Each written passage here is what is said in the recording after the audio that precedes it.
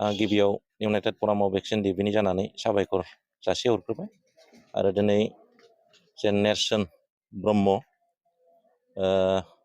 बि नाइटआव होनोमोन आफादाव बिथांनि दिनै मुसुखा जे बेखेवनाय हाबाफारि बेहाय लानाय जादों।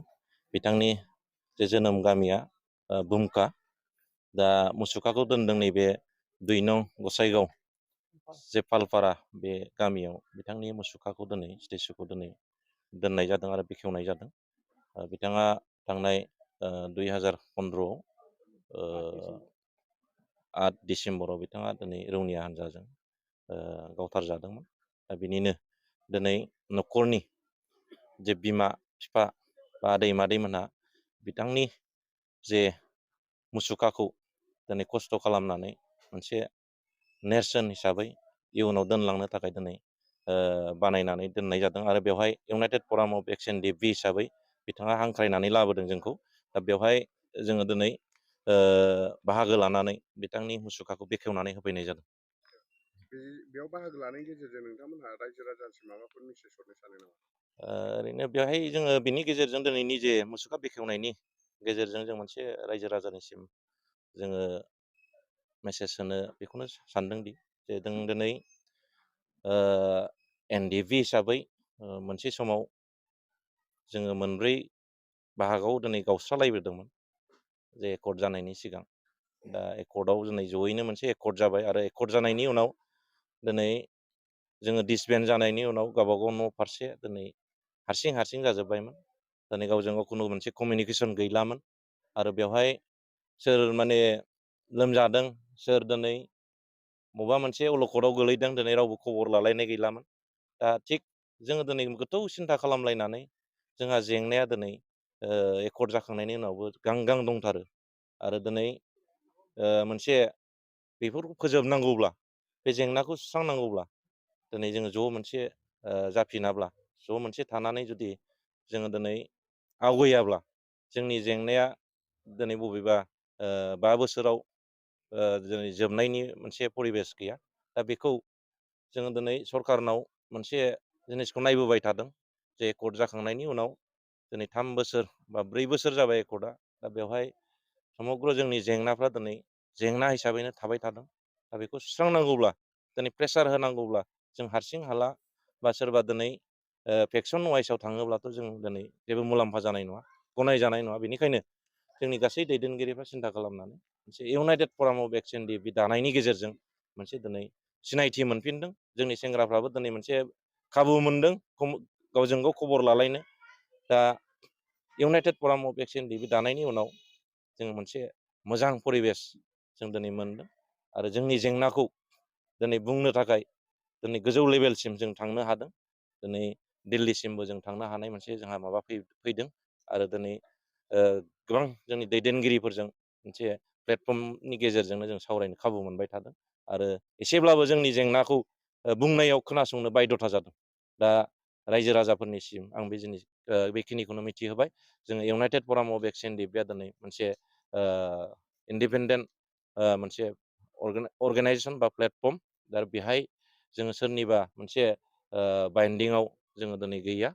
दा जोंनि जेंनाखौ जों सुस्रांनो थाखाय, जोंनि जेंनाखौ दिनै फोजोबनो प्रेसार होनो थाखाय जों दिनै इउनाइटेड फराम अफ एक्सन डिबिखौ दिनै जोङो दानाय जादों। आंनि फिसा नेरसोना दिनै गोमोरलांनायनि दिनै गोसोखां जेन'बा जोङो खाम्फा बानायदों। दा बे खाम्फाखौ दिनै बेखेवफैदों जोंनि फिसाफोरनि लोगो गासिबो मावथि एनडिएफबिफ्रा। आं जोबोद गोजोननाय थादों। दा बिसोरो जाहाथे जोंनि फिसानि थाखाय अरायसम खामानिखौ मावफुंना होयो। जोंथ' बिमा जानानै दा जोङो गावनि गाव जाथिया जोङो ज' थानांगौ आरो जोंनि मावनाय खामानिया जाहाथे जाफुङो, जों बेखौनो आसा खालामो। मानो होनबा अनेक फिसाफ्रा नोङो गिलु फालु जिउ गोमोरलांजोब्बाय।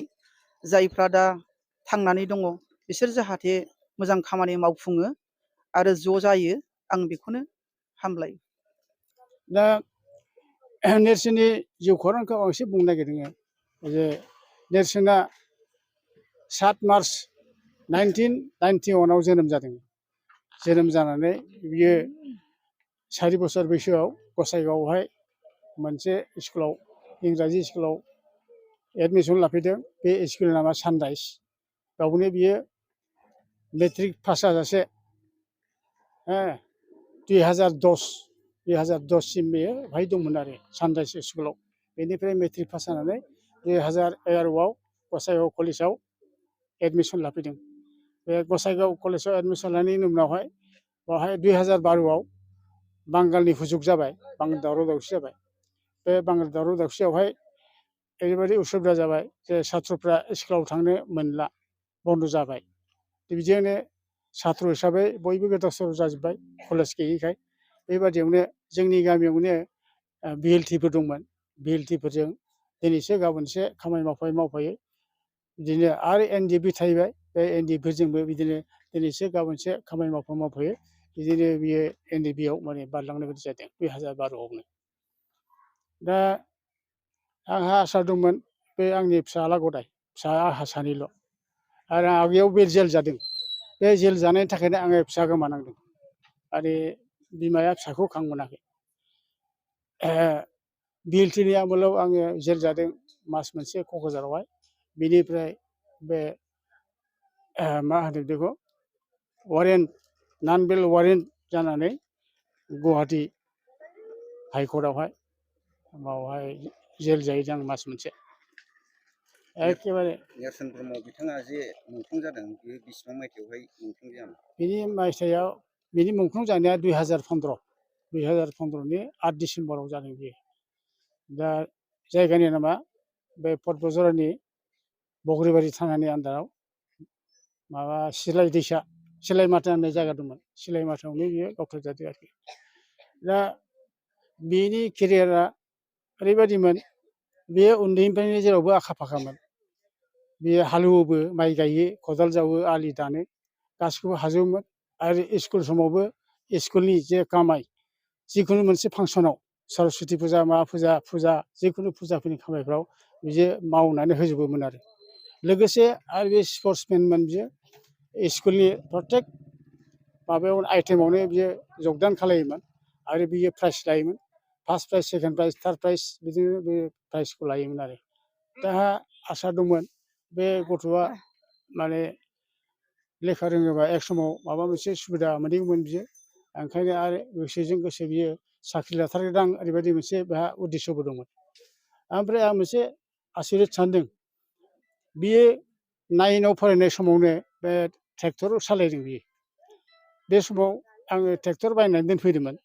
बे ट्रेक्टरखौ बियो स्कुलनिफ्राय फैनानै रावबो गैयियावहाय एखे सालायलांदों। सोरनिफ्राय सोलोंखो आं आसरित मोनदों। ट्रेक्टर सालायदों बियो, नेन' सालायदों। बे फोरोंनाङाखै बेखौ, गावनो माने रोंखाजोबनाय बायदि बे सालायनो हादों आरोखि।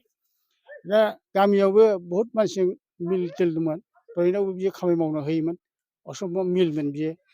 गामिनि मानसिफोरा, सेंग्राफ्रा बे नङाबा खामानियाव थाङामोन। नोंखौ नांगौलै, नों थांथारनांगौ होननानै बेखौ लिंलाङोमोन। दा ओंखायनो बेनि केरियार हिसाबै आंहा मोनसे आसा दंमोन जे बियो थांनानै थायोबा निस्सय माबा मोनसे थांनानै थानायनि बियो लामाखौ नागिरनानै लानो हागौमोन।